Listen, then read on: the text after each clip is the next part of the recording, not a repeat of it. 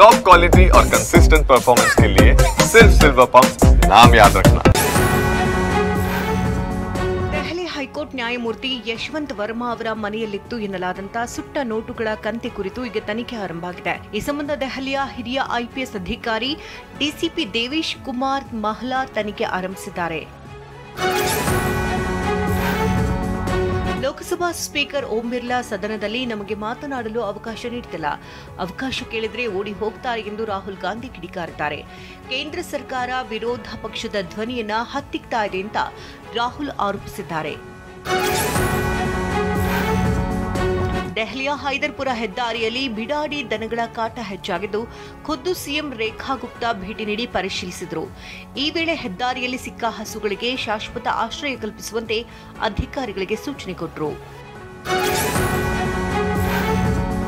ದಿಢೀರನೆ ಹಿರಿಯ ಬಿಜೆಪಿ ನಾಯಕ ಬಸನಗೌಡ ಪಾಟೀಲ್ ಯತ್ನಾಳ್ ಅವರನ್ನ ಪಕ್ಷದಿಂದ ಉಚ್ಚಾಟನೆ ಮಾಡಿದ ಬೆನ್ನಲ್ಲೇ ನವದೆಹಲಿಯಲ್ಲಿ ಬಿಜೆಪಿ ಅಧ್ಯಕ್ಷ ಜೆಪಿ ನಡ್ಡಾ ಸಭೆ ನಡೆಸಿದ್ದಾರೆ. ಈ ಸಭೆಯಲ್ಲಿ ಬಿಜೆಪಿಯ ಹಿರಿಯ ಪ್ರಧಾನ ಕಾರ್ಯದರ್ಶಿಗಳು ಸೇರಿದಂತೆ ಇತರ ಪ್ರಮುಖ ನಾಯಕರು ಪಾಲ್ಗೊಂಡಿದ್ದರು.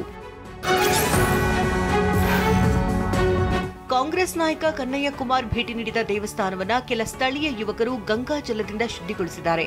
ಈ ಘಟನೆ ಬಿಹಾರದ ಸಹಸ್ರಾ ಜಿಲ್ಲೆಯಲ್ಲಿ ನಡೆದಿದ್ದು ವ್ಯಾಪಕ ಟೀಕೆಗೆ ಗುರಿಯಾಗಿದೆ.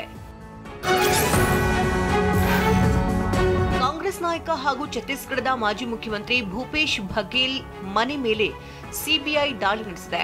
ಸುಮಾರು 14 ಗಂಟೆಗಳ ಕಾಲ ಬಘೇಲ್ ಮನೆಯಲ್ಲಿದ್ದ ಅಧಿಕಾರಿಗಳು ಬಿಟ್ಟು ಬಿಡದೆ ವಿಚಾರಣೆ ನಡೆಸಿದ್ದಾರೆ ಎನ್ನಲಾಗಿದೆ. ಕೇರಳದ ಹಿರಿಯ ಐಎಎಸ್ ಅಧಿಕಾರಿ ಹಾಗೂ ಕೇರಳದ ಮುಖ್ಯ ಕಾರ್ಯದರ್ಶಿ ಶಾರದಾ ಮುರಳೀಧರನ್ ತಮ್ಮನ್ನ ಕಪ್ಪು ಬಣ್ಣದಗಳು ಎಂದು ಜಾಲತಾಣದಲ್ಲಿ ಟ್ರೋಲ್ ಮಾಡಿದವರ ಬಳಿ ಚಳಿ ಬಿಡಿಸಿದ್ದಾರೆ. ಕಪ್ಪು ಬಣ್ಣವೇನು ಕೇಡು ಮಾಡುತ್ತಾ, ನನ್ನ ಮೈ ಬಣ್ಣದ ಬಗ್ಗೆ ನನಗೆ ಹೆಮ್ಮೆ ಇದೆ ಅಂತ ತಿರುಗೇಟು ಕೊಟ್ಟಿದ್ದಾರೆ.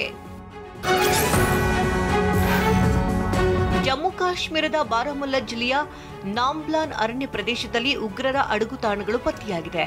ಅಡಗುತಾಣದಲ್ಲಿ ಪ್ಲಾಸ್ಟಿಕ್ ಸ್ಫೋಟಕಗಳು, ಮದ್ದುಗುಂಡುಗಳು, 2 AK-47 ಮ್ಯಾಗಜಿನ್ಗಳು, 2 ಹ್ಯಾಂಡ್ ಗ್ರೆನೇಡ್ಗಳು, 1 ಚೀಲ ಮತ್ತು 2 ಬ್ಯಾಗ್ ಪತ್ತೆಯಾಗಿದೆ.